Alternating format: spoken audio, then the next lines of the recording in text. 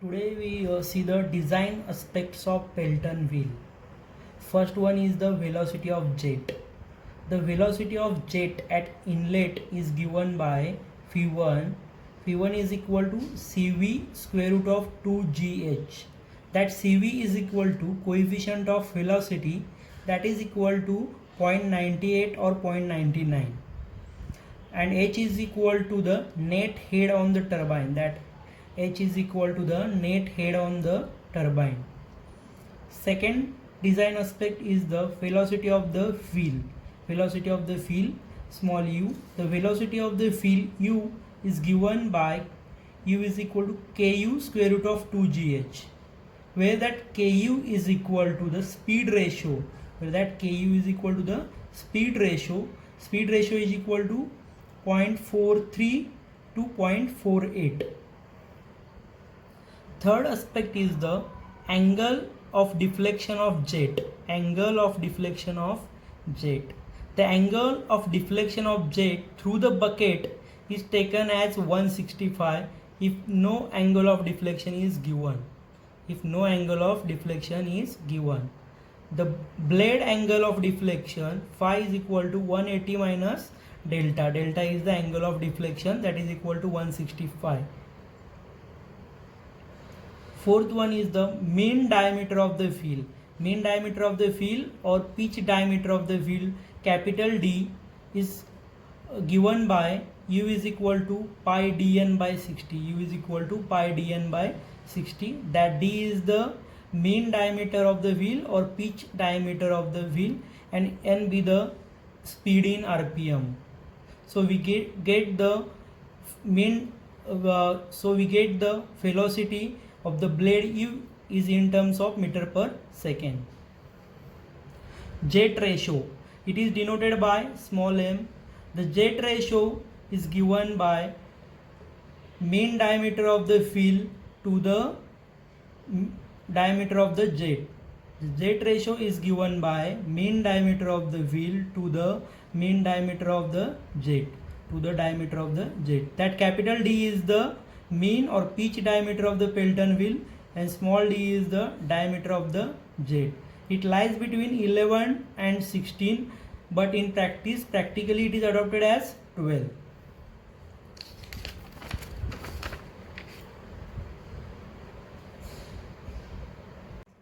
Sixth one is the bucket dimension. B is equal to width of bucket, that is equal to 3d to 4d. That d, small d is equal to the diameter of jet. That small d is equal to the diameter of jet. L is equal to length of bucket, that is equal to 2d to 3d. T is equal to thickness of the bucket or depth of the bucket is equal to 0.8d to 1.2d. So already told you that d is small d is equal to diameter of jet. Seventh one is the number of jets. When we find out the number of jets, at that time we require the total discharge or total flow rate through the turbine. That total discharge or total flow rate through the turbine is equal to Q. And small q is the flow rate or discharge through the single jet. So number of jets is equal to the flow rate or discharge through the turbine divided by flow rate or discharge through the single jet. Okay, so small n is equal to capital Q by small q. That capital Q is the flow rate or discharge through turbine, and small q is the flow rate or discharge through single jet. Number of buckets. Eighth one is the number of buckets.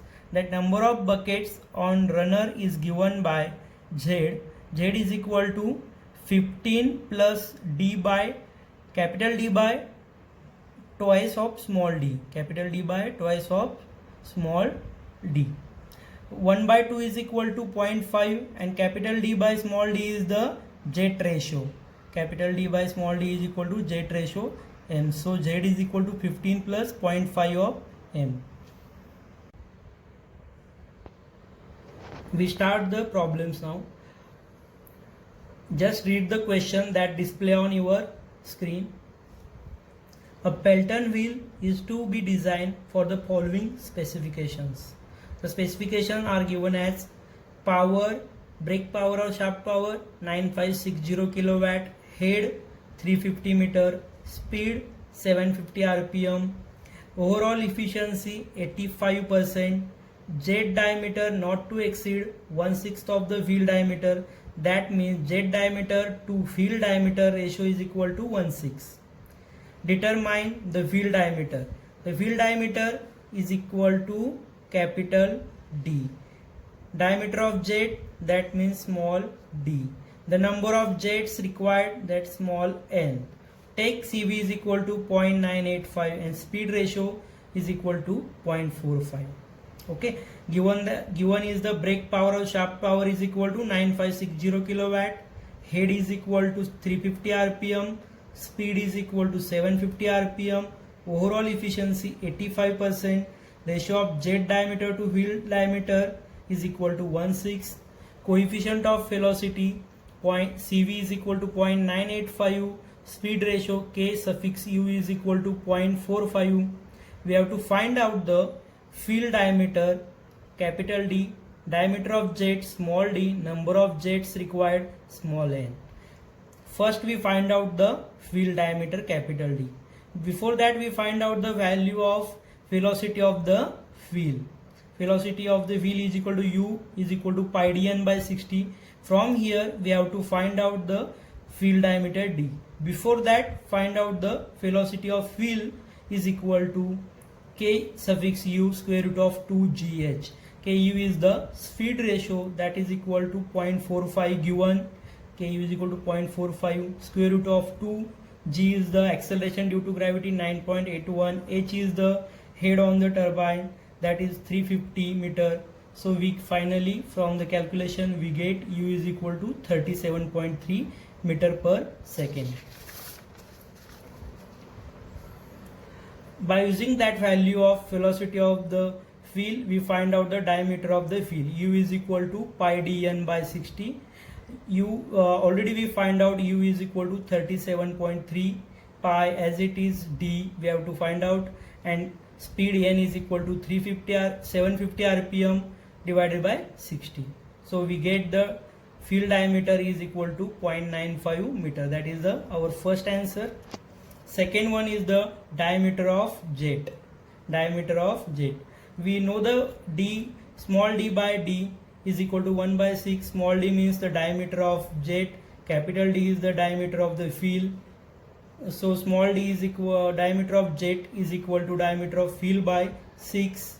So diameter of wheel is equal to, already find 0.95 by 6, that is equal to diameter of jet is equal to 0.158.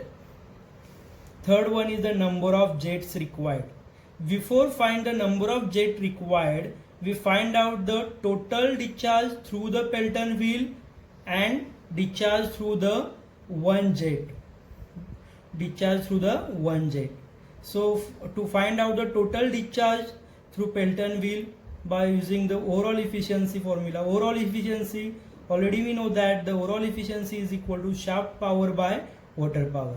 Shaft power is the output power, water power is the input. Shaft power by output water power, that water power is equal to rho g qh. Rho g qh. Okay.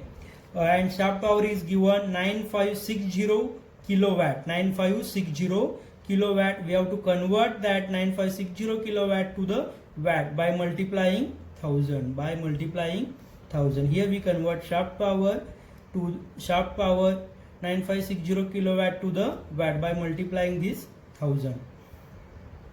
And rho is the density of the water 1000. G is the acceleration 9.81. Q is the total discharge as it is, and H is the head on the turbine, that is equal to 350 meter.